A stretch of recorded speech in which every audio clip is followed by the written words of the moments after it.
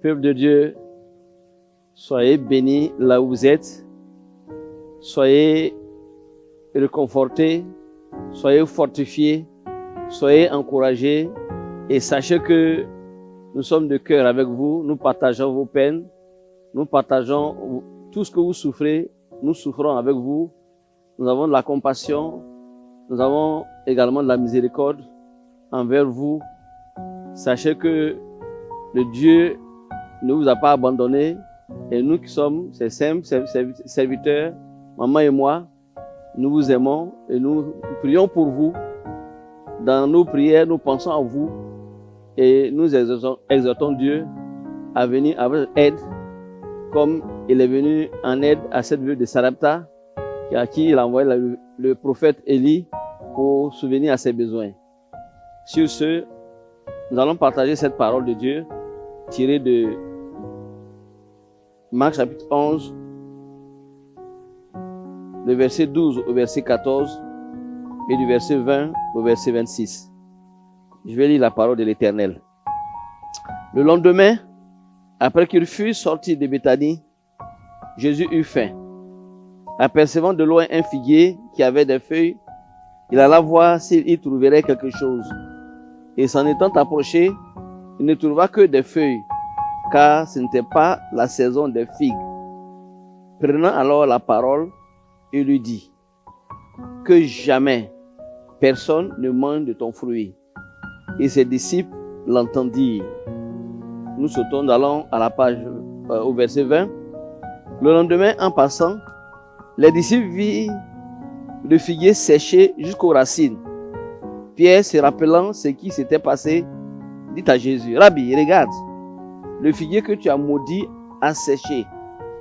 Jésus prit la parole et leur dit: ayez foi en Dieu.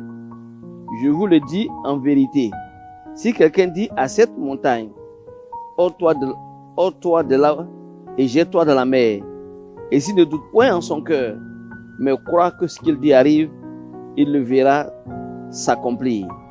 C'est pourquoi je vous dis, tout ce que vous demanderez en priant, croyez que vous l'avez reçu et vous le verrez s'accomplir. Et lorsque vous êtes debout faisant votre prière, si vous avez quelque chose contre quelqu'un, pardonnez, afin que votre Père qui est dans les cieux vous pardonne aussi vos offenses. Mais si vous ne pardonnez pas, votre Père qui est dans les cieux ne vous pardonnera pas non plus vos offenses. Parole de l'Éternel. Bien-aimés dans le Seigneur, Jésus est un puissant pédagogue. À travers ce passage, il voudrait nous montrer que la parole est comme le dit le prophète Jérémie dans le livre de Jérémie chapitre 23 verset 29, est comme du feu et aussi comme un marteau. Il a parlé au figuier. Les disciples, avant qu'ils voient le lendemain le figuier séché jusqu'à sa racine, ne pensaient pas que la parole de Jésus-Christ pouvait opérer ce genre de miracle. Et le lendemain matin, c'est eux-mêmes. Jésus venait à Jérusalem et il passait la nuit à Béthanie, qui était un faubourg de Jérusalem. Donc le lendemain matin, quand il revenait vers Jérusalem, Pierre voit de loin le figuier qui avait un feuillage séché jusqu'à sa racine. Et il rappelle dans son étonnement, il dit: Maître, Rabbi, regarde, le figuier que tu as maudit a séché jusqu'à sa racine. C'est là maintenant, il va prendre cette situation, cet exemple palpant, pour leur faire passer son message. Pour dire de faire très attention à ce qui sort de notre bouche. Et d'ailleurs, dans le livre de Proverbes chapitre 18, verset 20 à 21, il est écrit que la vie et la mort sont au pouvoir de la langue. Donc, il faudrait que, en cette période, nous ne confessons pas la maladie, mais que nous confessons la délivrance, la guérison. La médecine guérit. Les mesures de prévention nous devons les observer. En même temps, nous devons savoir que Jésus guérit. Et il continue de guérir. Il le fait au travers de ses disciples. Puisqu'il est le même hier, il est le même aujourd'hui, il est le même éternellement. Et le problème des chrétiens, en tant que chrétiens que nous sommes, nous devons savoir que nous devons vivre et faire attention à ce qui sort de notre bouche. Il faudrait que des bonnes paroles sortent qui communiquent une grâce excellente à ceux qui nous entendent parler.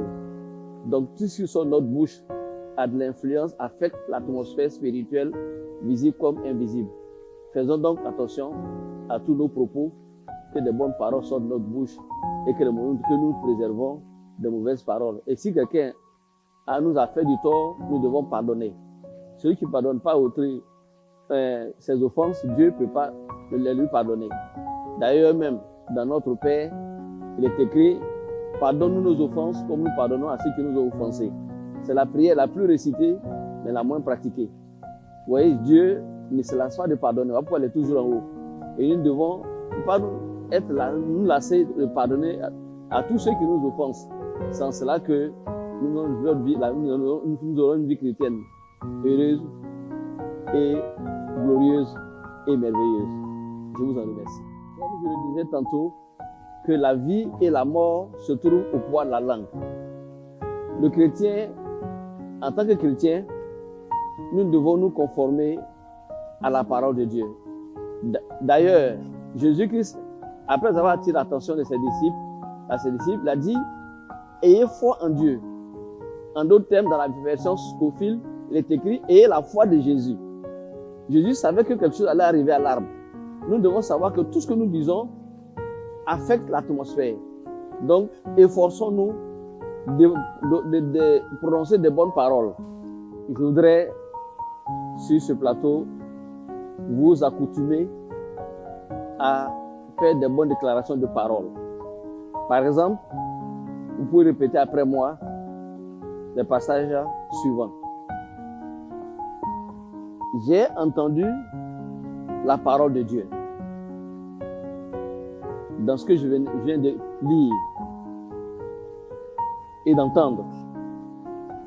Je la sais maintenant dans mon cœur, comme le roi David, qui dit, je sais ta parole dans mon cœur, pour ne point pécher contre toi. Et il continue encore en disant, dans Psaume 119, verset 105, ta parole est une lampe à mes pieds et une lumière sur mon sentier. Dieu accomplit son œuvre dans ma vie. Je loue Dieu pour cette saison de puissance qui commence maintenant pour moi. Je m'attendrai désormais au Seigneur Jésus, surtout à la parole Réma. Je comprends ce que Dieu fait. Je n'arrêterai pas de prier, jamais. Parce que chaque fois que je prie, Dieu envoie les anges. Souvenons-nous de ce que Élisée a dit à son serviteur Géasi quand ils étaient encerclés par les Syriens à Dothan. Il dit, pourquoi tu as peur? Nous sommes dans une heure, dans une saison, dans un moment. Il faut s'efforcer de ne pas prendre peur, de ne pas s'inquiéter, de ne pas douter. Parce que Dieu dit, il ne travaille pas ceux qui doutent, à ceux qui s'inquiètent, ceux qui ont peur. La peur enraye la foi et la foi enraye la peur. Donc nous devons nous efforcer d'aligner nos pensées sur la parole de Dieu, sur les propos de Dieu qui possèdent une puissance du surnaturel. Je continue. Je connais les saisons de Dieu. Je demeure fixe sur ma foi en Dieu. Je suis déterminé à louer Dieu ou à rendre continuellement grâce à Dieu, quelles que soient les circonstances de ma vie. Je reprends, je suis déterminé à louer Dieu et à lui rendre grâce de façon continuelle, quelles que soient les circonstances de ma vie. Je chanterai un chant de victoire. Je chanterai un chant de victoire. Je recevrai mon miracle. Je le reçois déjà au nom de Jésus. Gloire à Dieu. Amen. Shalom, shalom, shalom. Demeurez bénis, toutes les servantes de Dieu, toutes les mamans, toutes les filles de Dieu, en ce jour béni, que le Saint-Esprit nous a encore accordé d'avoir le souffle de vie, d'être forte, d'être puissante dans la prière. Je voudrais dire à une maman ici que je t'aime dans l'amour du Seigneur. Je voudrais dire à une fille de Dieu ici que je t'aime dans l'amour du Seigneur, et pour ces moments que l'humanité tout entière est en train de traverser, je veux dire à quelqu'un, fortifie-toi et prends courage, parce que tu es la Sarah de ton temps, tu es la Déborah de ton temps, tu es l'Esther de ton temps, tu es la Rebecca de ton temps, et tu dois te lever dans la prière nuit et jour. En tant qu'épouse, en tant que mère, en tant que fille, tu dois demeurer dans la prière comme ceux qui nous ont précédés dans la parole de Dieu, nos mères qui nous ont précédés dans la parole de Dieu, à l'image d'Esther, à l'image de Déborah. Nous devons demeurer nuit et jour dans la prière, sans relâche, sans repris. Nous ne devons pas céder à la peur, mais nous devons garder notre foi et avoir le regard focalisé sur le Seigneur, qui est notre consolateur, qui est notre appui, qui est notre force, qui est notre sagesse. En ce jour béni, que Dieu vous bénisse, que Dieu vous fortifie, que la bonne main de l'Éternel continue d'agir dans votre vie. Et je veux dire à quelqu'un que lorsque je vois ton visage déjà, je sais que Dieu t'aime et Dieu t'aimera toujours, parce que là où tu te trouves, tu transportes même la bénédiction de Dieu en tant que fille d'Abraham. Demeurez bénis, shalom, shalom. Je pense à vous et je suis de tout cœur avec vous. Même si nous ne le voyons pas physiquement, sachez qu'en esprit, nous sommes un. Que Dieu vous bénisse. Amen.